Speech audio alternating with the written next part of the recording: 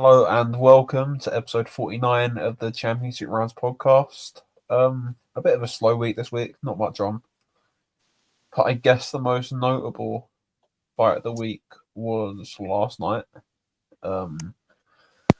Benn Whittaker, I was going to say Avengers, but he drew the first fight with Liam Cameron. He stops Liam Cameron in round 2 in controversial fashion. Yeah, I'm just gonna get it straight out of the way. That's a pretty bad call by the ref. It's pretty bad. He was hurt, yeah, but that's just not a good stoppage. It's common with the British refs. A specific ref. Well, all the refs, but a All specific of them, ref. but Howard Foster. Look, Go on. I mean, you just know, if Ben Whittaker gets him hurt, they're just going to jump in. It's what they do. They just do it. They want to be in the good graces of the promoters to keep getting jobs and keep being on these big cards, being A-star referees, which you're not.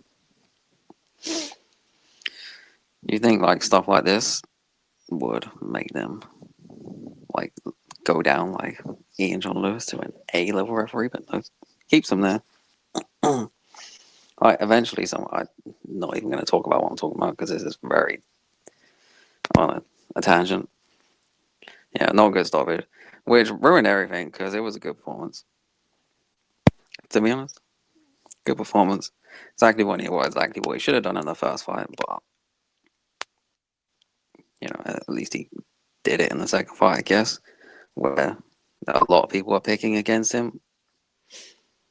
I've seen people moved by this. Yeah, no, he's still the same. Wants to be a super flary guy. I don't see it. The problem is that he's supposed to be some insane talent, amateur silver medalist, Olympic silver medalist, and he had the first fight where he quit, and then he has to avenge it against Liam Cameron, who is, I don't know what level Liam Cameron is, but even needing, what weight was he? He's a middleweight. Oh, well, yeah, even needing 2 fights with Liam Cameron, I mean, that's not very good, is it? Considering what they were calling him, an elite light heavyweight last night after winning. So, did that make Liam Cameron an elite light heavyweight after should have winning the first fight because it wasn't a draw? There's a couple of things there. That was a good performance from Ben Whittaker. He nailed him with a right hand. He hurt him. Is what it is. It was premature stoppage. Is what it is. Does he stop him? I don't know. Liam Cameron's tough. Does he not? Does he stop him? Does he get him out that round legitimately? I don't know. Maybe not. Maybe not. But the point is, we don't know. It was inconclusive whether he would have done. I'm going to give him the benefit of the doubt, say he would have done. But I don't know. I think he would have done it. Yeah, he probably would have done, but I don't know. We don't. Nobody knows that. Good performance from Whittaker. There's still defensive lapses where he thinks he can drop his hands and slip punches, and he was getting caught with some. And the questions you had from the first Cameron fight weren't really answered because the questions were when it gets tough, when it goes past 4 or 5 rounds, and he's in there with somebody that he can't hurt and he's catching him with shots consistently and is making it rough. How does he respond? And that wasn't answered. It was a good performance, really good performance, and we'll get on to what happened after the fight as well. But yeah, I think he's going to be a solid domestic level fighter that's a little bit too fragile for the top guys, if I'm being honest. He's a good fighter. It is what it is. I just don't. Yeah, he's not an elite light heavyweight. Nonsense from Shannon. Nonsense.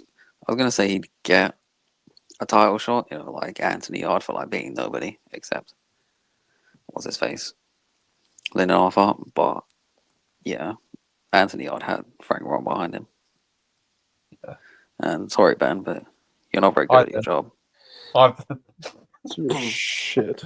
Look, if he's an elite light heavyweight, yeah. Sticking with Alexander Vostok, he came back over the weekend.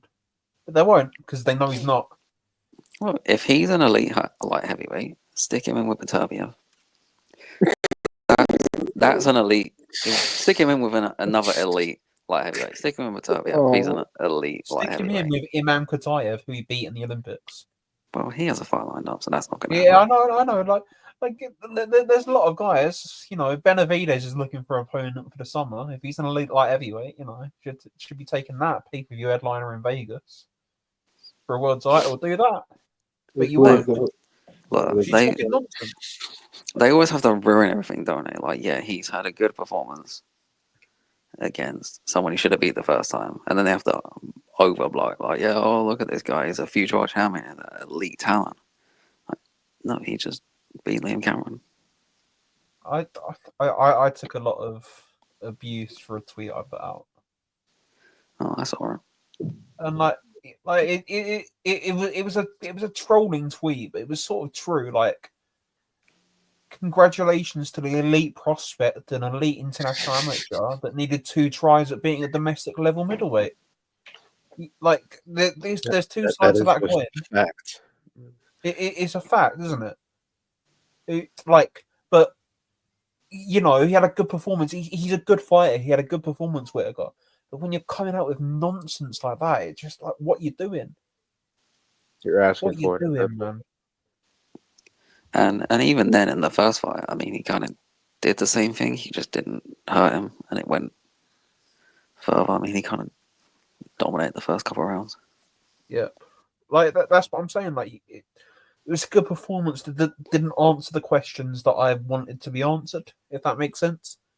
See, Liam Cameron couldn't make it there, but like, if you go up a level to a Buatsi doesn't get chinned like that early. Buatsi's strong and tough and can make it rough in there, and like is bigger than Liam Cameron as well. Like, I don't know. I think a Buatsi fight would be a good fight for him, and I think Buatsi probably wins that fight. That's a fight a couple of people have been talking about. Dan Aziz, he beat Dan Aziz, maybe make that fight. I don't know, but yeah, it is what it is. Well, if he's an elite light heavyweight, he should be beating these guys. No, but we know how Like his the next fights Buatsi are and going to be lined up Aziz. as.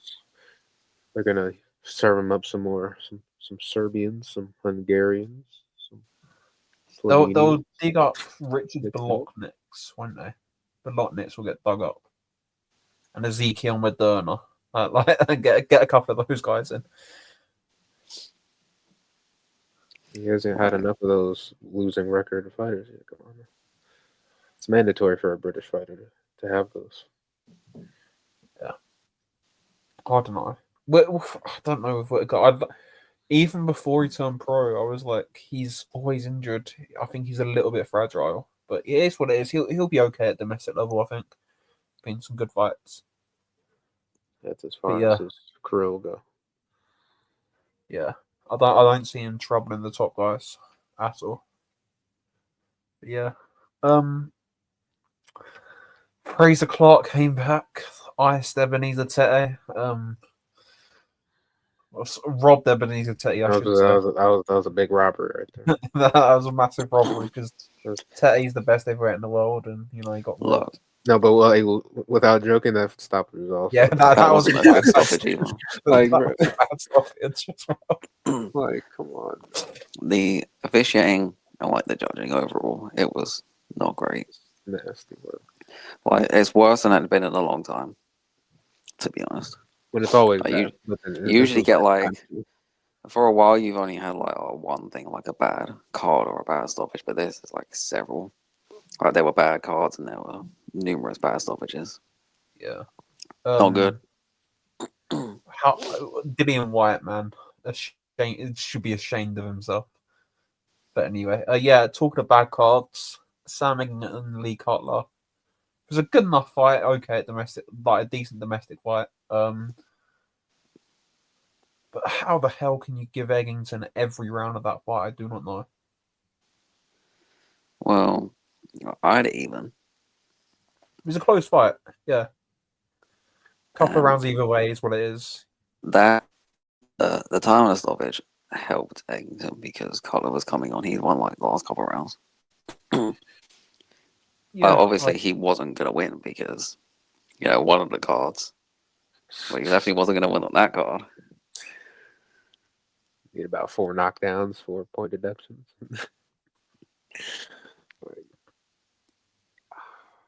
Yeah, he was What was the card? 90, 83? 83. Like, Yeah. Yeah, so the 9th round's 10-10, and Yeah. then he gave every round up to the 8th. So it's not good. Yeah, Sam Eggington's face, a mess again. Who would have thought it? Super Yeah. surprised. It's just Sam Eggington, isn't it? Both his eyes caught, his face swollen. Can't see his eyeballs at all. He's been a really fun fighter, but I think it's time to maybe call it a day. It's time. He's not going to do it. It's been time. Yeah. Like, if he's still picking, But yeah, I mean, he's still picking up these wins, so he's not going to call it. I mean, he performed fine. I mean, he had a good jab, good punches at range. I mean, Conor just let him. Oh, so I say let him. No one can defend the jab, can they? But he just let himself get outworked a lot of the time. yep. And then Tyler Denny beat Elvis Agora.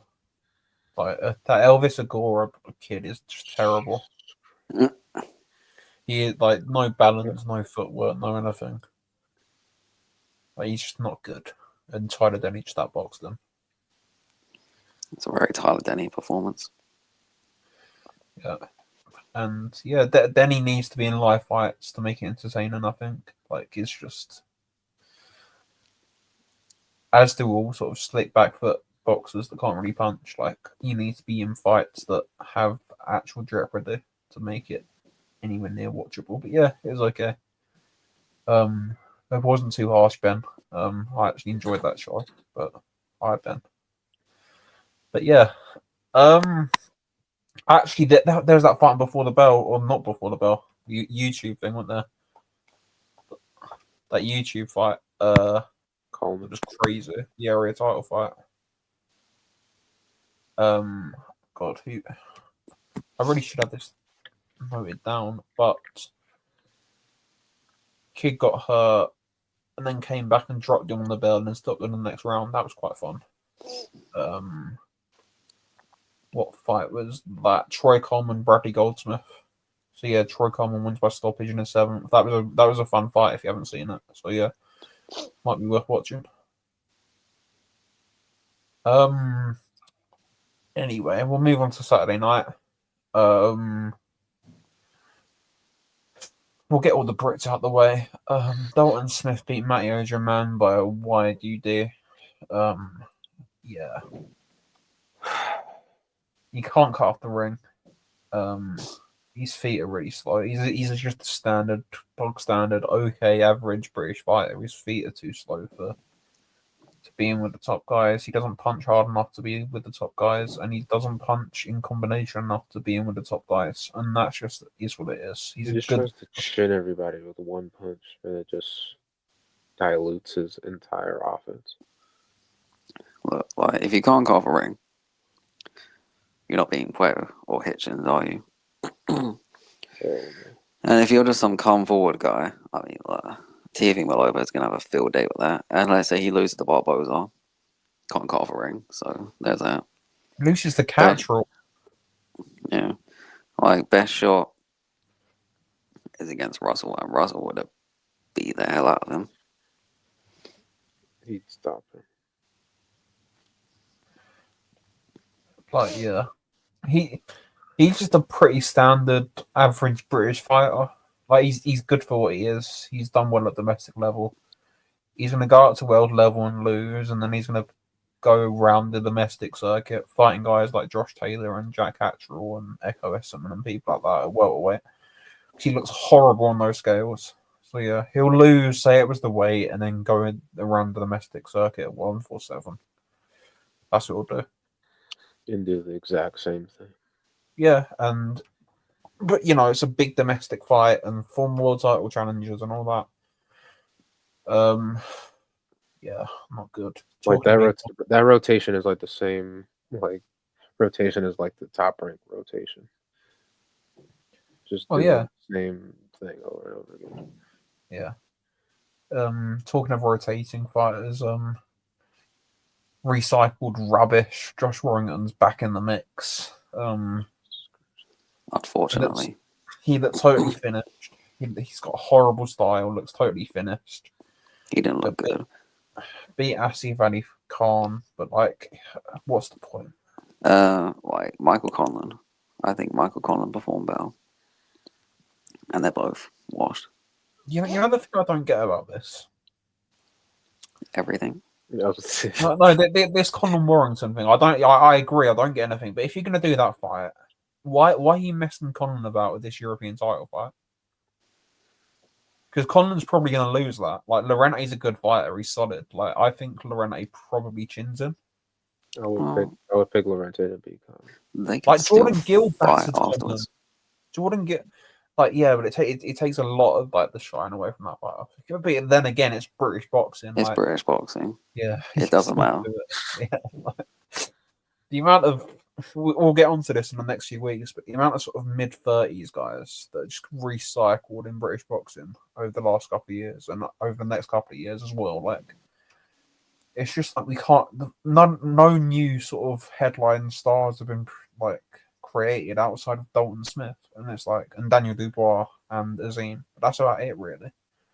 All these guys have sort of been hanging around the scene for about 8 or 9 years, and they're all sort of over the hill, and they're all sort of on a downward slope, and they're just like it's just why Josh Warrington headlining a card in 2025? Yeah, that was his second win post-COVID, and he's still sort of Anyway. On that undercard, Josh Padley won against a terrible opponent.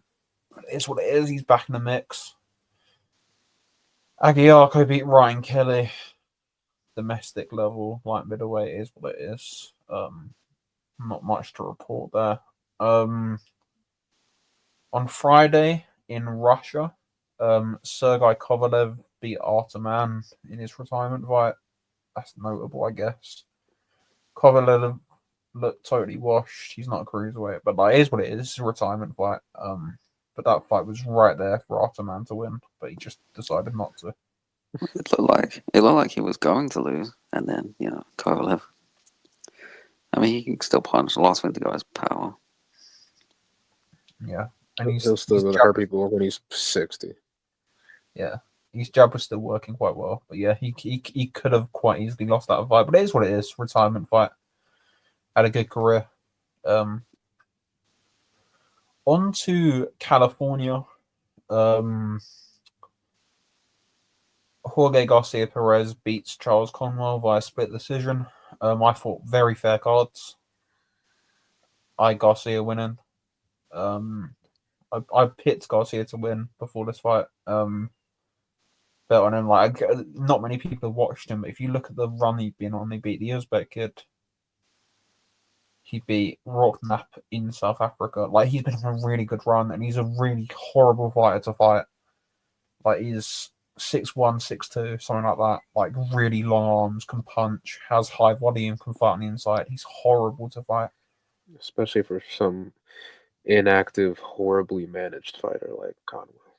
Yeah, like there's a lot of hype behind Conwell, and I've never seen it.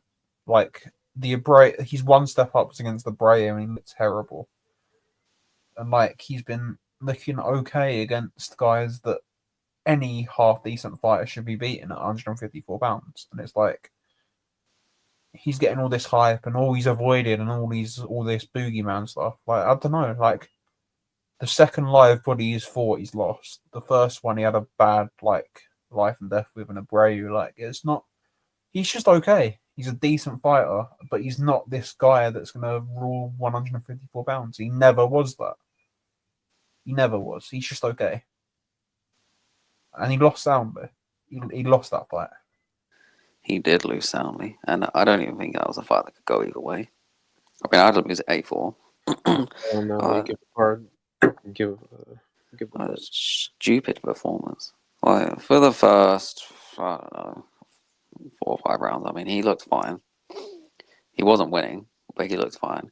You know, like when you're on fight night and you think, "Oh yeah, I'm dominating this guy. I look great," and then like Teddy's card comes in and you're losing like 4-1. You're like, "How is this happening?" That's probably how he felt.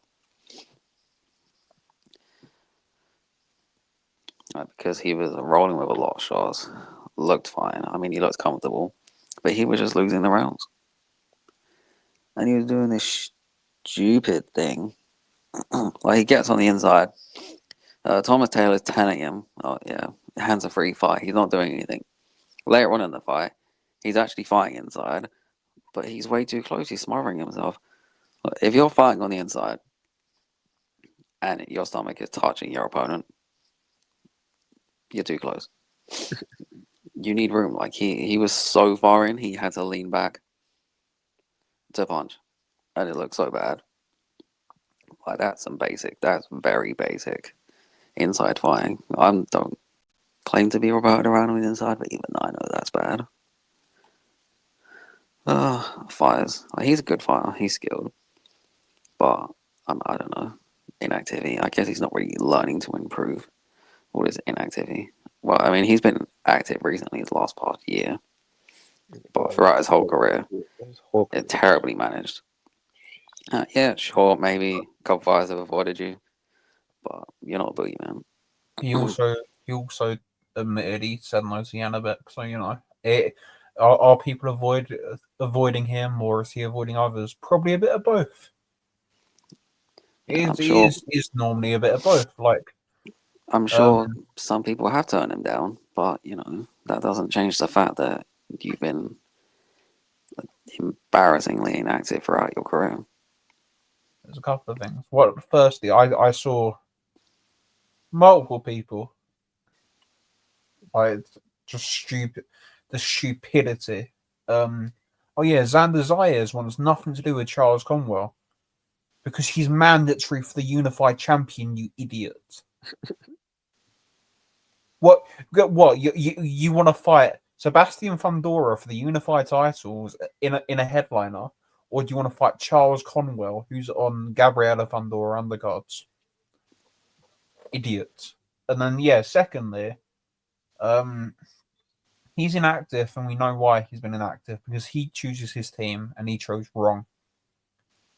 And we all know what happened. We all know what promotion he was under. We all know what cards he was fighting under. And we all know what happened to those people, don't we? Around the time he started being inactive. And we all know who put on the Abreu fight. So yeah, like you make your own choices. A lot of the time these people choose bad management and it bites them. Yeah, well, like he's gonna need to do some serious learning from that fight. Yep. He should. Like, ironically, the loss might get him a few more fights.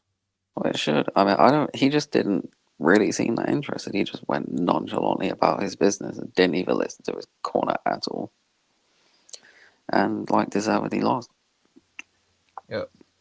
Yeah, Garcia's back in the mix, man. Like he's a good fighter, Garcia. He's going to be a solid sort of top 10, top 15 guy, I think. And like he's a decent little fighter. I think there's fights there. Him against Bubba Truck would be very interesting. I think Bubba Truck beats him, but it would be a good fight. You have to think that they might rematch. God, surely not. Nobody wanted to see that, man. The Anyway. fight was fine. Like, I enjoyed watching the fight. It was a good fight, but like, why? Yeah, why? I don't know. Who knows? Yeah. On that card, Ruslan Abdullayev looked very, very good. He's a very good prospect. He absolutely battered the kid that dropped Elvis Rodriguez a couple of fights ago. Like, it's a good fight for his second fight. And yeah, he's one of these guys that's actually taking it seriously. Like, he's moved to California, and he's not messing about with the amateurs anymore. So, like, I think he's going to be good. Ruslan Abdullayev, I think he's a really good fighter.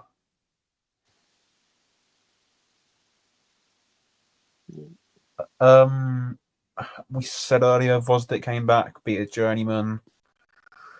Joshua Edwards made his debut. And yeah, Cole Creef, the cruiserweight, lost that fight to Felix Valera, I thought. But it's what it is. Those cards are horrible. Yeah, Cole Creef's not that good. Yep. Like, he's just, yeah, he's not.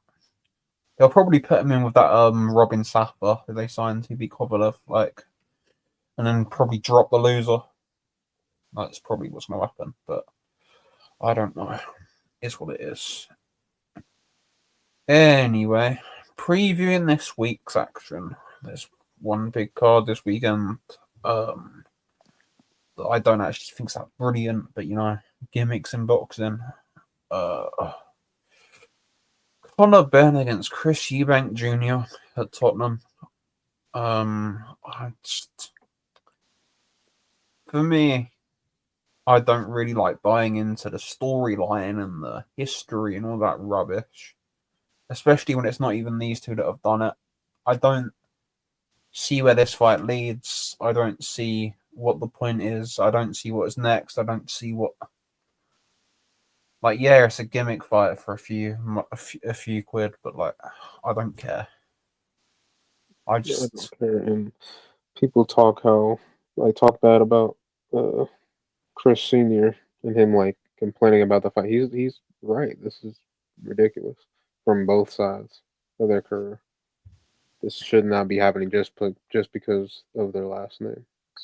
I get why it's happening, and it is what it is. But, like,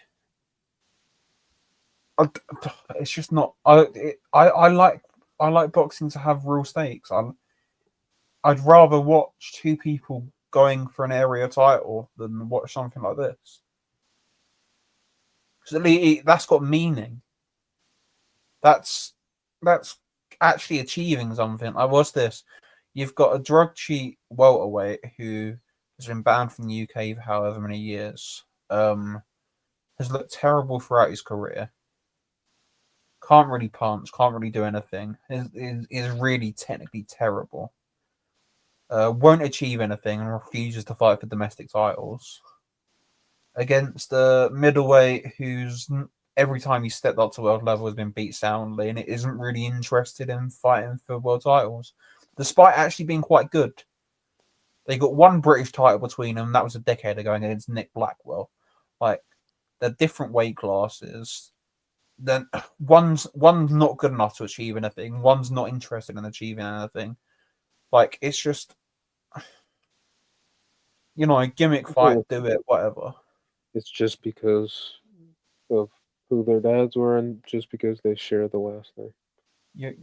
You're expecting me to care about a rivalry about two people that finished boxing long before I was born. Like, I just don't get it. Why should I care about it? It's got no stakes in boxing. Like, but yeah, in terms of the fight, Eubank's going to sit in first gear on a jab and he's going to win pretty soundly. Because Benn's terrible, Benn's footwork's awful, and, like, a simple jab will knock him off balance and he won't be able to do anything. And one thing that Eubank has got is a nice jab. And yeah, Eubank's going to win pretty comfortably. Might stop him, might go to points. Depends on what he wants to do. But yeah, Eubank's going to win a clear fight. And it's just going to be pretty underwhelming. I hope he batters him, to be honest. I hope he one punch shins him. But, you know, isn't there a rehydration clause? I don't know. I don't care. I feel like there is. I've had Eubank and Ben muted on Twitter for months. I don't care. I feel like there's a £10 rehydration clause, which, you know, doesn't help. Eubank, maybe it's, yeah. Like, I was so confident that Hergovic would just fucking bow. I mean, he did kind of bow Joyce, but and stop him, but he didn't. I don't know why, but you know, Joyce's chin is ridiculous still somehow. Yeah, I get Eubank. He's just gonna. Hopefully, it'll be fun. It'll be great if it's just terrible. I think it Well, will. I think it'll just be some boring decision. well, probably. I mean, all he has to do is he just has to jab. Hopefully, he batters him because like he's a lot faster than Ben, bigger than Ben, better than Ben, and he's former champion in it as an IBO belt. Isn't he the current IBO belt holder? Isn't he I still don't got know. I don't keep up with Chris Eubank's belts. Whatever happens, he's going to take the belt to the club. I still can't believe he's going to IBO title to the club and was hanging out with Paul Popper. Yeah. Look, Chris Eubank's performance against George Groves is better than anything Conor Benn will achieve in his career or do in his career. Performance against Nick Blackwell is Performance against Zara Saunders. Like, yeah, I just, it's what I'm just, this whole 2.5, 3 year thing has just been draining for everyone involved, and it's been a stain on British boxing, the whole thing, and it's just been depressing.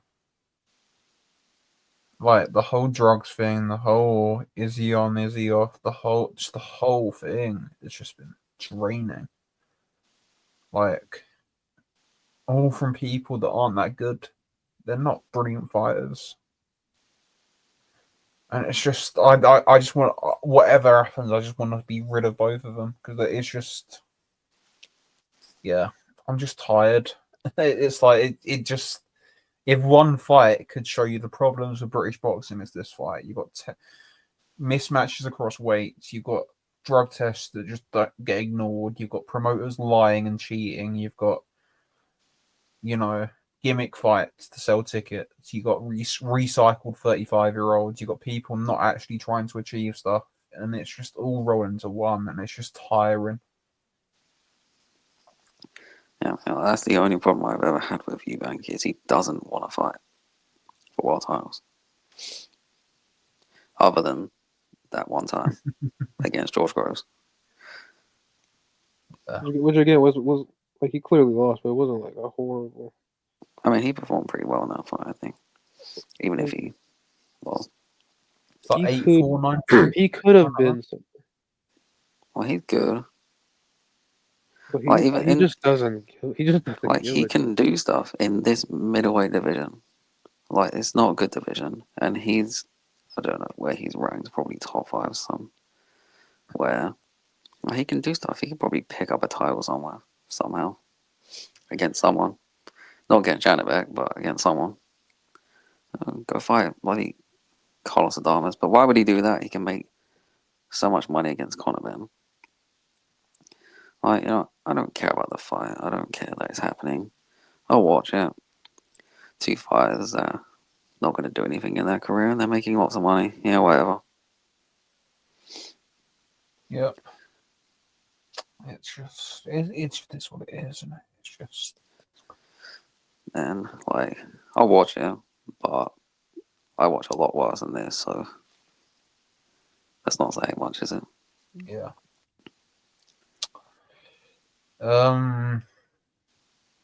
It's on the card. There's the best fight that's on the card.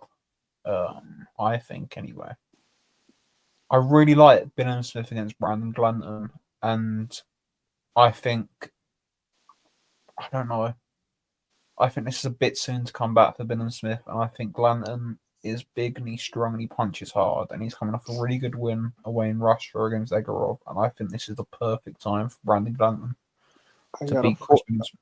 I got a 4-letter word for you. List. Yeah. They're both big, tough, strong guys. Yeah, they're both big, tough, strong guys who take a lot of punches and just stand and throw. Will win a decision. probably. Yeah.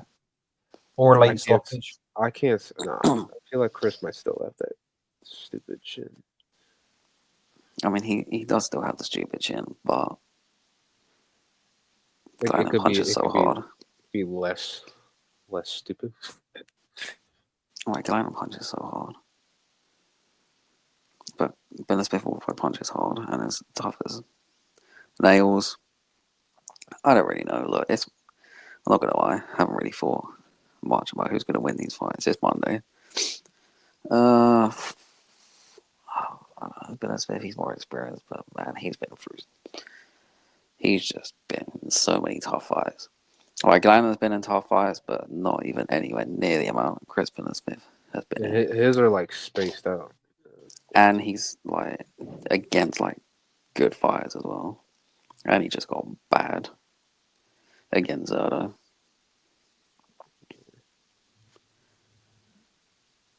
Could be a draw. I think Atlanta's going to beat him. He could stop him by edge points. But yeah, I think Atlanta's going to win this fight. I really like the fight though. This and like the winner of this goes on to sort of probably fight for a world title or at least an eliminator. Like it's a good fight. I like the fight. It's a violent fight. Yeah. Again, for a better win. They went in the depths of hell to make this fight. All right. Another cruiserweight fight on this on the card. I also like this fight. Vidal Riley against Chev Clark. Isn't this? They didn't already sign this before, right? No, I don't think so. No, it's like it's a good fight.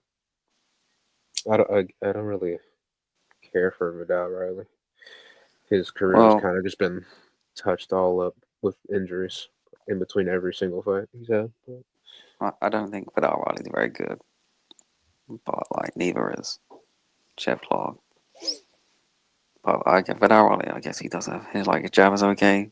I think I favor Clark.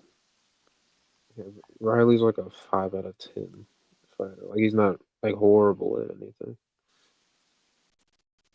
but he's just not great at anything. I don't know. Can like Riley be disciplined to like box, or if he gets drawn into a fight, it's done. It's over for him. I don't think he can fight at the pace that Clark's gonna set. Yeah, I think Clark will drown him. Can he take punches? Get Chev Clark can punch. I don't know. It's just been a weird career, weird matchmaking, rematching journeyman and stuff, but no particular reason. And brilliantly managed career, Ben. Well done. But yeah, we saw what Moscaya did, but I mean, like Moscaya would beat Vidal Riley as well. Yeah. I think even then, like Moscaya, it wasn't like he wasn't dominant. I mean, he clearly won the fight, but Clark had his moments. Yeah. I think Chev's gonna win. Is this a 10-round fight or a 12-round fight? Well, it's a boxer fighter, so we don't know yet. So, but yeah, on BoxRec, it's got a question mark. So yeah. They're still waiting to sign the contracts. Chev wants 12, Vidal Riley. Well, Boxer wants 10 for Vidal Riley. Hi, Ben. Hope you well. But yeah, I think he could stop him. I think he could stop him. Clark to me is the more I think he's a bit bigger as well. I think Riley's more of a 190-pound cruiserweight, if that makes sense. I don't think he's. Looking at him, and I've seen him up close, I don't think he has to cut that much, if anything, to make cruiserweight. Like, I'll check his weights because I'm pretty sure he's coming at he's coming a couple of times at sort of 195 ish. So I don't think he's the biggest cruiserweight in the world. Yeah, and neither is Javon Clark either, so being smaller than him. Yeah, but Clark's like strong. Like he just strikes me that side. Like he just built like a tank. Yeah, I favour Clark, but it's a good fight. It's a good domestic fight. To me, this all card depends. It all depends whether he can be disciplined to boxing. Yeah. To me, this card is a bit like it's a glorified Magnificent Seven card. Really, it's just full of okay domestic matchups. There's one really good fight. There's a decent domestic fight, and then we'll get on to. We'll move down the weights. Talk about this fight. We talk about recycled garbage earlier. Anthony Yard, Lyndon Arthur 3, the trilogy nobody asked for. Both mid-30s now. Both putting on terrible performances. Both. Oh, yeah, Yard's going to stop him, but I just don't care. But, what's the point? This is the worst time to make this fight. Because, well, Lyndon Arthur isn't good anyway. Well, he's not good. He has a good jab. But he's been putting on poor performances, which he usually does, but even worse. And Yard's last fight, that's such a bad time to make this fight. For me, I looked at my scorecard earlier for this fight. Yard only beat Vilkans because of the knockdown in the first 5 seconds. Yeah. I scored that fight 5 each. Yeah, it was pretty much that close. Yeah. It's such a bad time to make this fight. Like, you want any hype for this fight, make it any time. Any other time. People at Lewis being like, oh yeah, look, Yard's still looking good. He's still knocking everyone out, even if they're terrible. But no, he's just life and death with a journeyman after knocking him down in the first round. I mean, Lyndon Arthur, life and death of Boris Crichton, who took the fight in 3 days' notice, gets dropped and is way behind on points against Brian Suarez before pulling out a body shot and stopping him. Shells up for 12 rounds against Bivol, and then a split against Liam Cameron. And he missed the weight against Liam Cameron as well. What a round.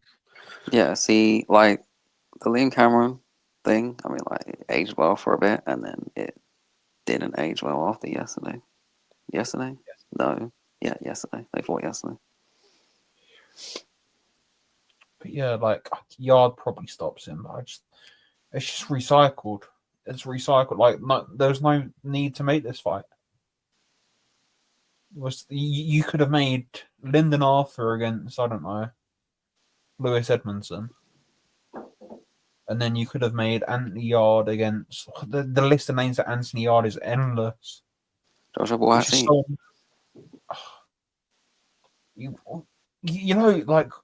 There was IFL interviews about Yard against Buatsi in 2017. Yep. It is 2025, and the fight still ain't got made.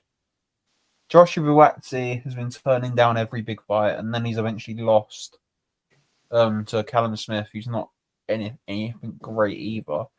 Anthony Yard has had Anthony Yard is a Ponzi scheme. Absolutely nobody, journeyman, and then steps up and gets knocked out by world champions. It just does. Why? He didn't want to fight Frank Buglione. He didn't want to It's just so weird. Everything about it is so weird. Didn't want to fight Jose Burton. Didn't want to fight all these guys. Didn't want to fight Count Johnson. I just don't get it. Not wanting to fight Callum Johnson is more acceptable, but not wanting to fight Frank Buglione or Jose Burton. I remember back in the day when that happened. Yeah, that was embarrassing. It wasn't Frank that didn't want that fight either. It was a certain someone who's masquerading as a trainer. Yeah, some idiot. Yeah. Yeah, you could have made Yard against Woody Hutchinson for this card or something like that. That's a good fight. But you know, it's just Lyndon Arthur freed. Like, oh god, I don't mean, care. These undercards make sense considering these undercard fights make sense considering the main card. I mean, the main fight, I guess, main event. They fit the billing, Shit versus especially shit. this. It's just if like you look at this and there's one fight on here that I think, yeah, I really like that fight, Smith against Glanton, and then there's one fight on there that's like, yeah, that makes sense. You know, two domestic level Brits at cruiserweight, and then the rest it's just like, why? Like, we talk about, you know, recycled people. 36-year-old Liam Smith's back against Aaron McKenna. Like, you know, Liam Smith had to pull out the Josh Kelly fight in September because he was injured or couldn't make the weight or whatever. You know, hasn't fought in about a year and a half since he lost to Eubank in 2023. Aaron McKenna, equally inactive, hasn't really stepped up.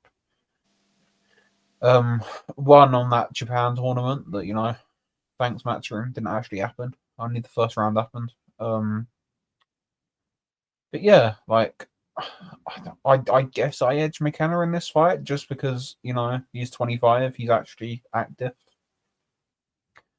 He's got a good one against Lima, in fairness. That's aging quite well. But Lima did take that on like a week's notice. But yeah, I don't. It's just, yeah, I don't know. I really don't know about this. I guess it's an okay fight, but Yeah, it's nasty that's an okay fight. Like, with the other two horrible ones on I mean, it's fine. It's a fine fight. It's okay. I don't really have too much complaints, I guess, other than the inactivity. it's just. Like, Liam Smith's still good, but he's so old, and he did just lose to Chris Eubank.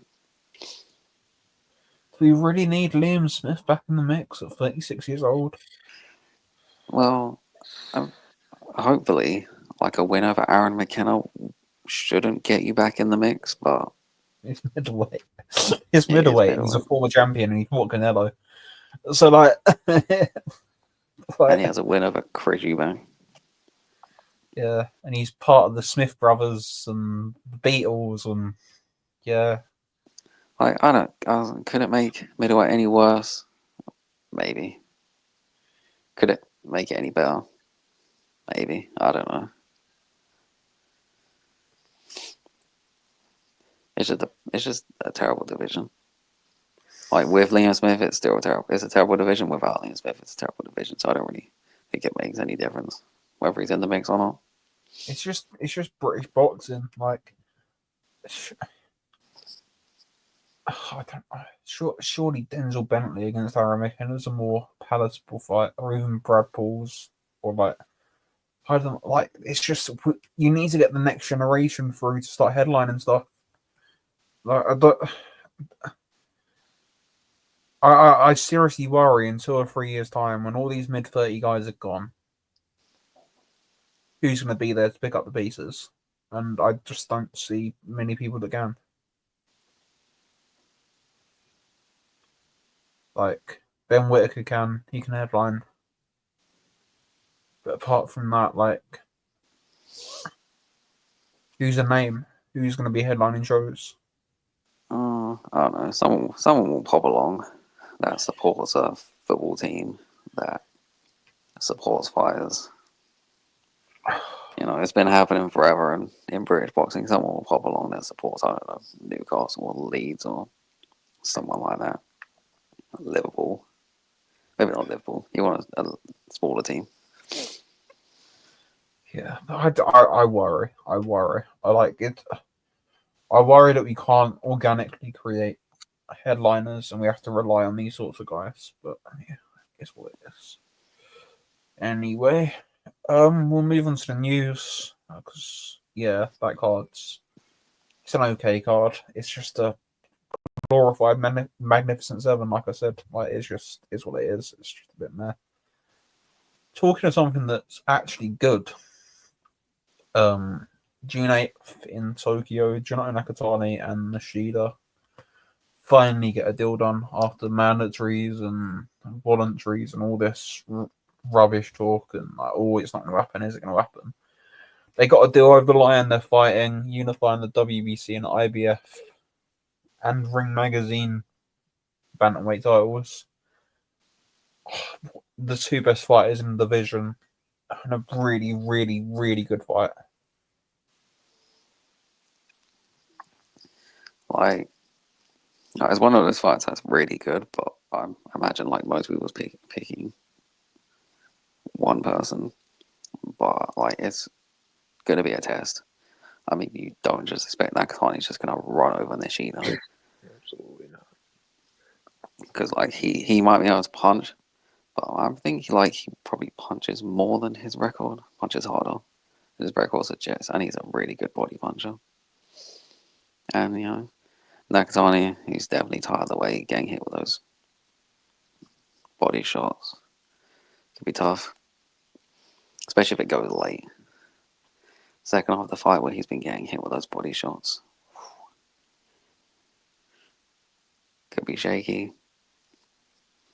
I think it will be shaky, to be honest. I don't know if I'm picking Nishida, but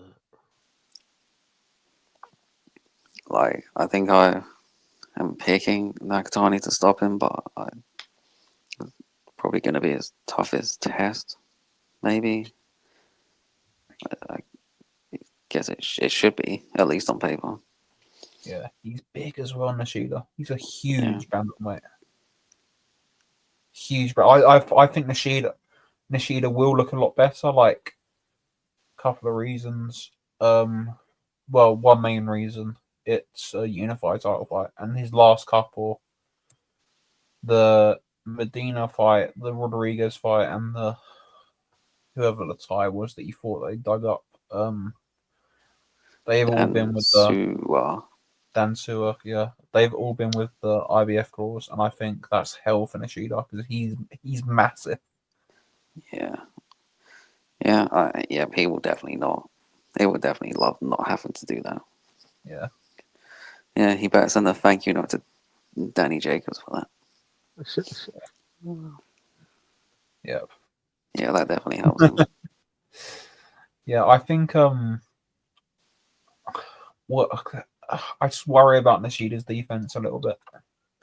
Yeah, like having like clearly such terrible reactions, where Nakatani's reactions are just so insanely fast.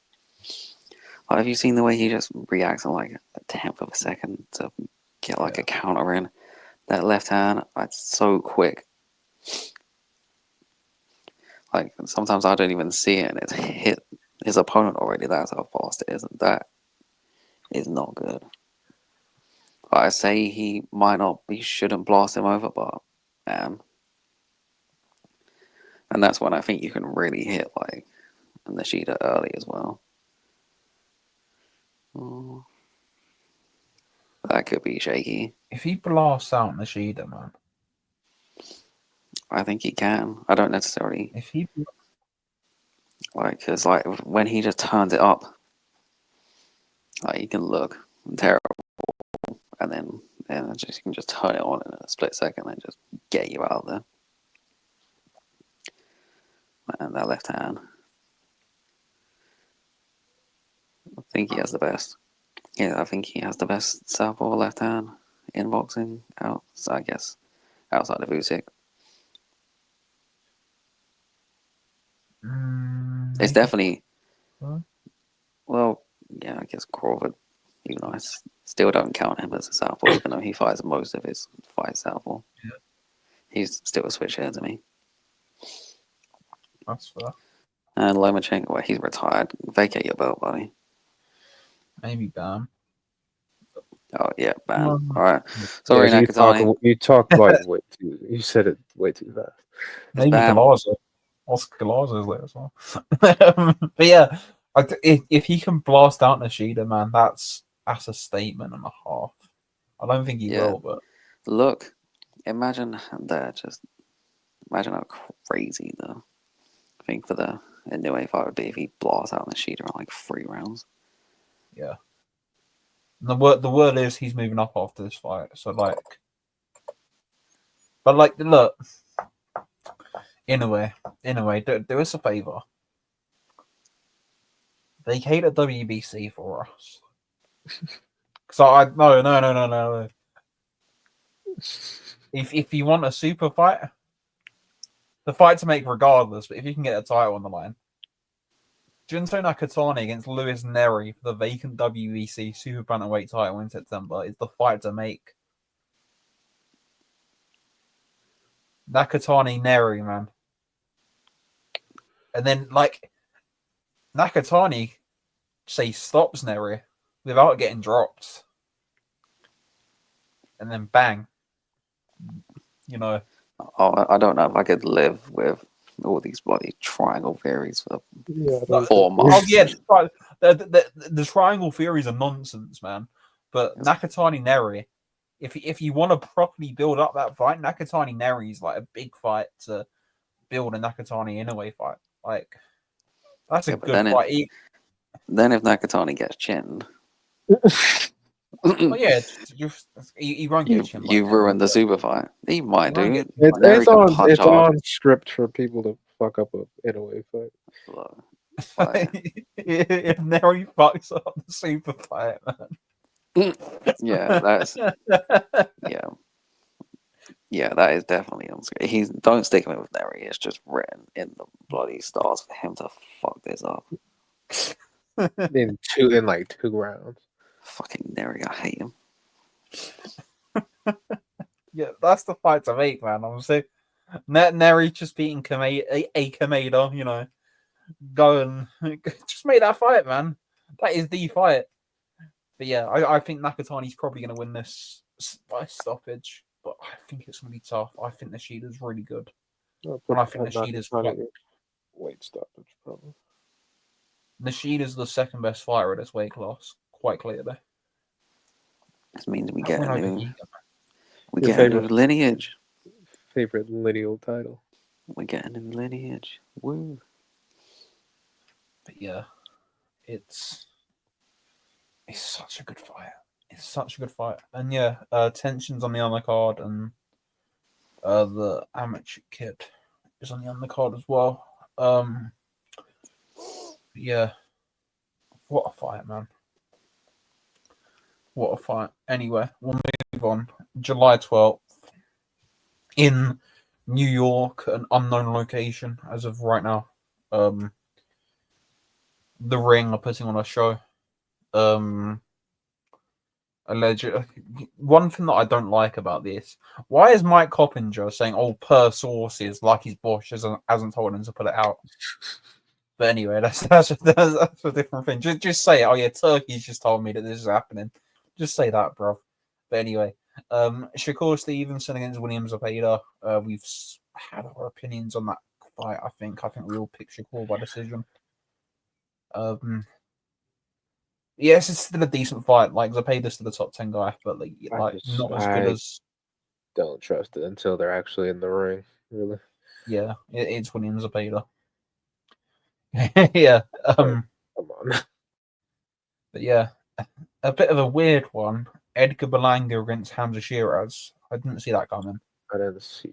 I didn't even like. If someone was to ask me like a week ago, who do you think their next opponents will be?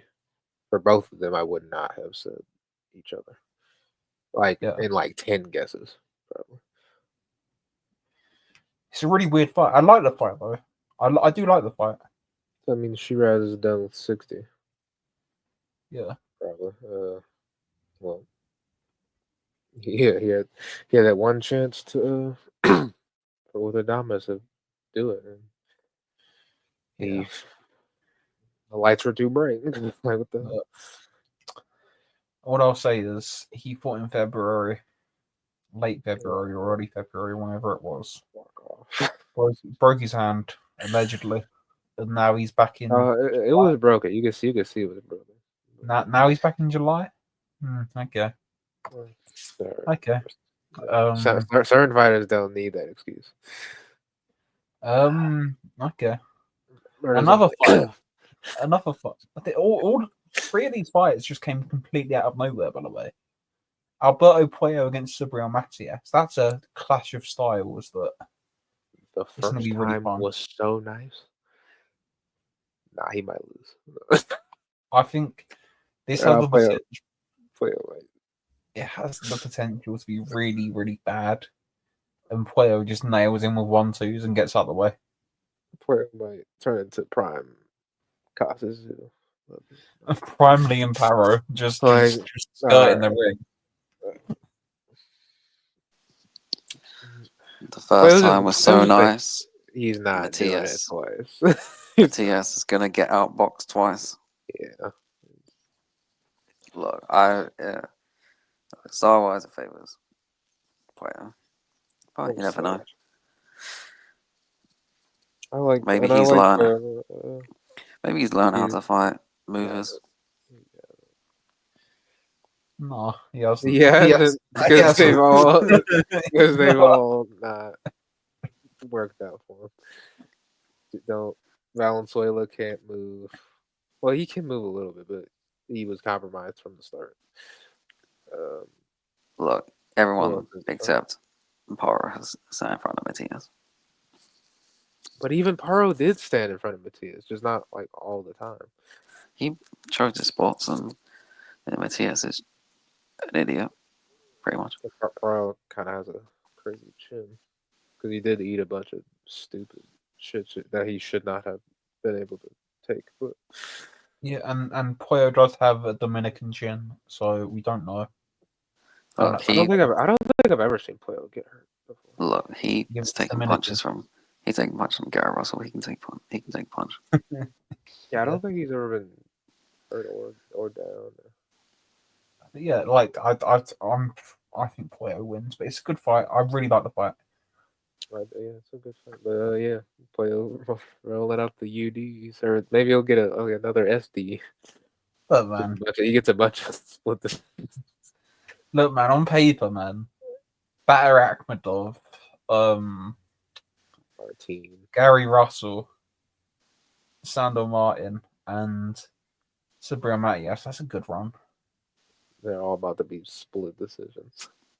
Yeah. God damn it. But yeah, then he's gonna go and school Dalton Smith as well. So yeah, life's good. Actually, I've got a question.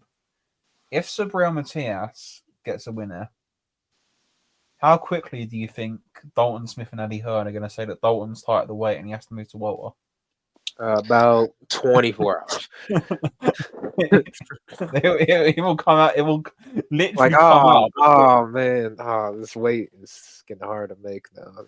But before the ring announcers read out the T-Kilo 7, yeah. Oh, I'm done at the weight. I'm moving up. Jack Catcher at welter. Here we go. Disgusting. Yeah. A fight I really do like. David Morrell, Iman Katayev. That's out of nowhere, but like it's fun. That is. That's really fun. I have no idea how it'll go. Katayev, I feel like Katayev is really good, but like I favor Morrell. He's not. Yeah, he's just like not great. Like at anything. He kind of just does the same thing over and over. Look, like y'all, this was a bad time to announce the fight after Katayev's last fight. Oh man, I don't know. Morrell should outbox him, I guess. I think Morrell would have decision. But I don't know. Morrell doesn't have the best stamina. Yeah, he's gonna have so we'll see. Tell he has a good chin. Morrell's gonna have to stand and trade with him at some point, and that's when it's gonna get really interesting. Because he's got experience with that from earlier this year. Yeah, and that didn't go very well for him. He didn't get beat on. I mean, he was still. He did a little bit. He did a little bit. Yeah, but he gave a little back. But a lot less. But he did hurt Benavidez. I really like that fight. I think Morrell wins, but it's a really good fight. Yeah. So yeah, that's a really, really good show, I think. Like, they just actually need to announce it instead of getting someone else to announce it for them who works for them. Per sources. Yeah, like, yeah. Another bit of news from Mr. El Sheikh. He signed Reito Tatsumi to a long-term deal or whatever it is. And he's making his debut in a couple of weeks on that Garcia Romero card. Yeah, I don't. That's just a bit weird. I don't know how I feel about that. I don't think it's the best move for Tatsumi's career, but Start your it's career what it is. off with him. Is I'll tell you how I feel about that. I hate it, and Satsumi's a disgrace. he signed that bloody contract. He just sold his soul. Just Look, Robert he should Johnson. he should be signing with a Japanese promoter. Don't sign with fucking Turkey. He has signed with Japanese, which is it's the weirdest thing. He's really, really good, and I think you should put your career in people that have built people from that part of the world into like that. They built Kazuo Ioka, they built Daigo Higa, they built all these guys. Shishi did. Like, I trust them to build your career, and it will come. Because you're at featherweight to start off with. You're at a weight where people are going to notice you, regardless. And you can win belts. That will put you in good positions in the rankings. Yeah. Like the OPBF and the WBO Asia Pacific belts that they all win. Look, Turkey doesn't care about boxing. He doesn't care about fighters. Don't sign with him. Yeah. Look what he did with all the promoters. He just like, yeah, I don't need you anymore. Fuck off. Yeah. It's just I just hope he doesn't either stagnate or get thrown in. I hope he gets matched properly. He won't. He's really, really good. He just won't. He won't. Yeah. That's the worry. But yeah, a couple of other bits. Shabazz Masood, Pete McGrail, and Galawia fight against Rodriguez got announced. That's a decent show. I think Shabazz Masood should beat McGrail. The main event, I don't know. That's a good fight. Yep. I will be picking Shabazz Masood by decision. Pretty clear decision as well. I don't actually think it will be that competitive, to be honest. It won't. But the main event, on the other hand, who wins? I don't know. I will be having pom poms in my hand for Chihuahua, but I don't know. Well, Chihuahua hasn't fought a flyweight in ages, but he's not like the biggest guy, is he? I'm not gonna lie. If I was gonna win But- that decision, but again, pom poms. It would. All I'll say is it would be. It's classic British boxing to have a Mexican come over and chin someone. So it just And happens. I would love it for especially at UFI. Look at the in loss. their blood. We saw a Mexican chin UFI. This is the joke, by the way. The joke was Chocolatito. Yeah, that poster. Oh my god. Oh, brilliant. That was so many years ago. Jesus, that's over 5 years ago now. Yeah, and we saw his brother. Oh, yeah, I don't know. The fires, man. The fires. It's funny how the worst one of the three is the most mouthy on Twitter. That's probably why, because he's so bad. I will be retweeting some of the posts that he was sending me and leaking some DMs when your fight gets trimmed. But we will be there. That's a good fight. It's a really good fight, yeah. Winner fights, Kenshiro. Yeah, I think. I don't know. I think Kenshiro. I've got a theory that I think Kenshiro is slightly done now. I think Slightly, you say. we're going to see a quite big drop off from him, if I'm being honest. But yeah, that's another story for another day. But yeah, there's not much else news-wise. The WBC Grand Prix has been on. There's been some decent fights on that, but nothing to really shout about. It's just quite good. And there's not much else news-wise unless I've missed something. Probably not. Probably not. And it's but there's I've seen Hearn shouting about Camille Moten today. So yeah, there's nothing. It's a slow news day. But yeah.